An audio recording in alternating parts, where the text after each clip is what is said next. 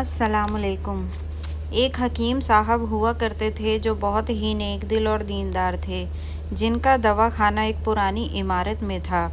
हकीम साहब रोज़ अपनी दवा खाने जाने से पहले अपनी बीवी से कहते कि जिस चीज़ की ज़रूरत तुमको आज है वो तुम्हें कागज़ पर लिख कर दे दो, तो उनकी बीवी लिख कर दे देती।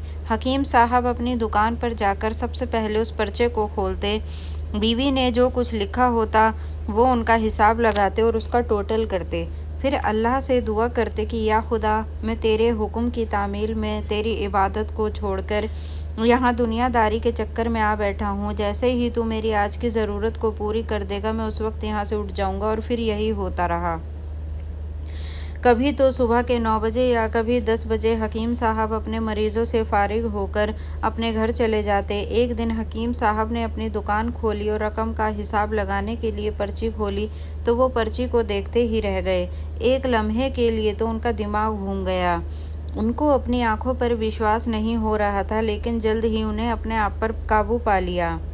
उस पर्चे पर आटे दाल के अलावा उनकी बीवी ने लिखा हुआ था, बेटी के दहेज का सामान।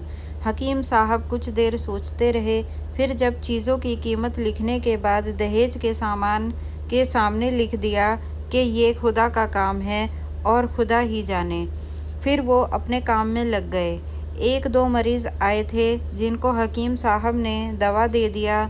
उसी वक्त उनकी दुकान के सामने एक बड़ी सी कार आकर रुकी, लेकिन कार के आने या कार के अंदर कौन है उनको हकीम साहब ने कोई तवज्जो नहीं दी, क्योंकि कई कार वाले भी हकीम साहब के पास अपना इलाज करवाने आते रहते थे। ये सब तो रोज़ का काम था। जब सारे मरीज़ अपनी दवा लेकर चले गए तो कार वाले साहब कार से बाहर निकले, हकीम साहब को सलाम किया और जाकर उनकी दुकान में बैठ गए। तो हकीम साहब ने कहा कि अगर आपको कोई दवा लेनी है तो यहाँ स्टूल पर आकर बैठ जाएं, ताकि मैं आपको चेक कर सकूं। और अगर आपको किसी और मरीज़ की दवा लेकर जानी है तो आप उस मरीज़ की हालत बता दें। फिर वो साहब बोले कि हकीम साहब, मुझे लगता है कि आपने मुझे पहचाना नहीं, लेकिन आप मुझे भला पहचानेंगे भी कैसे, क्योंकि मैं आपसे 15 साल बाद मिल रहा हूँ। अपनी पहचान के लिए मैं आपको अपनी पुरानी मुलाकात के बारे में बताता हूँ। जब मैं पहली मर्तबा यहाँ पर आया था तो मैं यहाँ खुद नहीं आया था, बल्कि मुझे यहाँ खुदा ने भेजा था, क्योंकि खुदा को मुझ पर रहम आ गया था और वो मेरा घर आबाद करना चाहता था।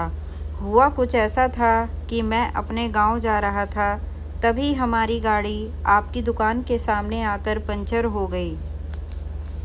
ड्राइवर गाड़ी का पहिया लेकर पंचर लगवाने चला गया था, तभी आपने देखा कि मैं गर्मी और धूप में गाड़ी के पास खड़ा हुआ हूँ। फिर आप मेरे पास आए और एक दुकान की तरफ इशारा करके कहा कि आप अंदर आकर बैठ जाइए। तो मैंने आपका शुक्रिया अदा किया और कुर्सी पर आकर बैठ गया। ड्राइवर ने कुछ ज़्यादा ही देर लगा दिया था। एक छोटी सी बच्ची भी मेरे पास खड़ी थी और बार बार कह रही थी कि मुझे भूख लग रही है, और आप उससे कह रहे थे कि बेटी थोड़ा सब्र करो, अभी थोड़ी देर में चलते हैं। मैं ये सोच रहा था कि मैं आपके पास इतनी देर से बैठा हूँ, लगता है मुझे आपसे कोई दवा ख़रीदनी चाहिए, ताकि आप मेरे बैठने को ज़्यादा महसूस ना करें। मैंने कहा कि हकीम साहब, मैं इंग्लैंड में रहता हूँ, वहाँ गए हुए मुझे 6 साल हो चुके हैं।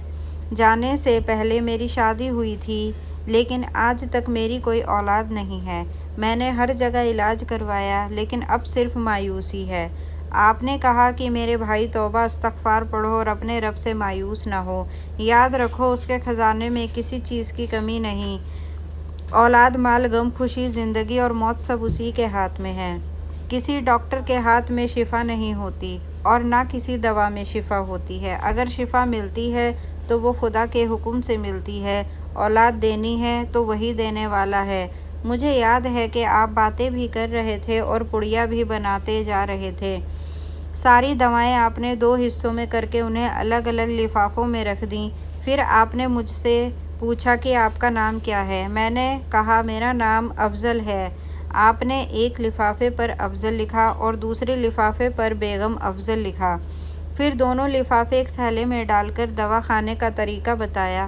میں نے بے دلی سے دوائی لے لی کیونکہ میں تو صرف آپ کو کچھ رقم دینا چاہتا تھا، لیکن جب دوا لینے کے بعد میں نے پوچھا کہ کتنے پیسے دینے ہیں تو آپ نے کہا کہ بس ٹھیک ہے۔ تو مجھے کچھ سمجھ میں نہیں آیا، تو میں نے دوبارہ پوچھا تو آپ نے کہا کہ آج کا کھاتا بند ہو گیا۔ تو میں نے کہا کہ مجھے آپ کی بات سمجھ میں نہیں آئی۔ وہیں پر موجود ایک شخص اور موجود تھا جو اس نے مجھے بتایا کہ کھاتا بند ہونے کا مطلب ہے کہ حکیم صاحب نے آج کے گھریلو خرچے کے لیے جتنی رقم خدا سے مانگی تھی وہ خدا نے انہیں دے دی ہے۔ زیادہ رقم وہ نہیں لے سکتے۔ میں بہت حیران ہوا اور دل ہی دل میں شرمندہ ہوا کہ میں نے کتنے گھٹیا خیالات تھے اور یہ سادہ سا حکیم کتنا عظیم انسان ہے۔ پھر میں نے اپنے گھر جا کر اپنی بیگم کو یہ دوائیں دکھائیں اور اسے بات سمجھائی تو وہ کہنے لگی کہ وہ کوئی انسان نہیں بلکہ ہمارے لیے تو وہ ایک فرشتہ ہیں۔ مجھے یقین ہے کہ ان کی دی ہوئی دوائی ہمارے لیے فائدہ مند ثابت ہوگی۔ حکیم صاحب، میں 3 بچوں کا باپ ہوں۔ آج خدا نے آپ کو ہماری مدد کا وسیلہ بنایا۔ ہم ہمیشہ آپ کے لیے دعا کرتے ہیں۔ جب بھی میں اپنے گاؤں چھٹی پر آیا تو ہر بار میں آپ کی دکان پر آیا لیکن مجھے ہمیشہ آپ کی دکان بند ہی ملی۔ میں کل دوپہر کو بھی آیا تھا لیکن آپ کی دکان کل بھی بند تھی۔ وہیں ایک آدمی کھڑا تھا، اس نے کہا کہ اگر آپ کو حکیم صاحب سے ملنا ہے تو آپ صبح 9 بجے آ جائیں ورنہ ان سے ملنا مشکل ہے، اس لیے میں آج آپ سے ملنے صبح یہاں آیا ہوں۔ جب 15 سال پہلے میں نے آپ کی دکان میں آپ کی چھوٹی بیٹی دیکھی تھی تو میں نے بتایا تھا کہ اسے دیکھ کر میری بھانجی یاد آ رہی۔ میری بھانجی کی شادی اسی مہینے میں ہونی تھی۔ اس کی شادی کا سارا خرچ میں نے اپنے ذمے لیا تھا۔ میں نے اسے پیسے بھجوائے تھے کہ وہ اپنی مرضی کی چیزیں خرید لے۔ اسے بخار تھا لیکن اس نے کسی کو نہیں بتایا۔ وہ بخار کی دوائیاں کھاتی رہی اور گھومتی رہی۔ پھر ایک دن وہ بازار میں بے ہوش ہو کر گر گئی۔ اسپتال لے جانے کے بعد پتہ چلا کہ اسے بہت تیز بخار ہے اور وہ بے ہوشی کی حالت میں ہی دنیا سے چلی گئی۔ اس کے انتقال ہونے کے بعد نہ جانے کیوں مجھے اور میری بیوی کو آپ کی بیٹی کا خیال آیا۔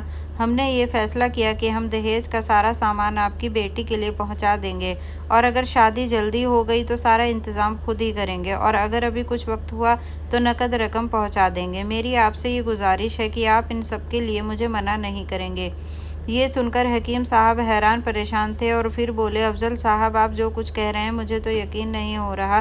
میں نے آج صبح اپنی بیوی کے ہاتھ سے لکھی ہوئی پرچی دیکھی تو گھر کے کھانے پینے کے سامان کے ساتھ بیٹی کے دہیج کا سامان لانے کو لکھا ہوا تھا اور آپ خود دیکھ لیں کہ پرچی پر کیا لکھا ہوا ہے۔ یہ کہہ کر حکیم صاحب نے افضل صاحب کو پرچی تھما دی۔ افضل صاحب نے جب پرچی دیکھی تو وہ دیکھ کر حیران ہو گئے۔ اس پر لکھا تھا کہ یہ خدا کا کام ہے، خدا ہی جانے۔ حکیم صاحب نے کہا کہ افضل صاحب یقین مانیے جو بھی میری بیوی نے پرچی میں لکھی ہو آج تک ایسا نہیں ہوا کہ ان سب چیزوں کو لانے کا بندوبست نہیں ہوا ہو۔ آپ کی بھانجی کی وفات کا مجھے بہت افسوس ہے لیکن میں اس پاک رب کی قدرت پر حیران ہوں کہ جو ہمیں کیا کیا معجزے دکھاتا ہے۔ اس طرح حکیم صاحب کی بیٹی کے دہیج کے سامان کا انتظام ہوتا ہے اور بڑے دھوم دھام سے ان کی بیٹی کی شادی ہو جاتی ہے۔ سبق: دوستو، یہ کہانی تو یہیں پر ختم ہو جاتی ہے مگر اس میں ہمارے لیے سبق یہ ہے کہ اللہ ہی پر بھروسہ کرنا چاہیے اور اللہ سے کبھی نا امید نہیں ہونا چاہیے کیونکہ اللہ فرماتا ہے کہ مایوسی گناہ ہے۔ تم مجھ پر یقین کر کے تو دیکھو۔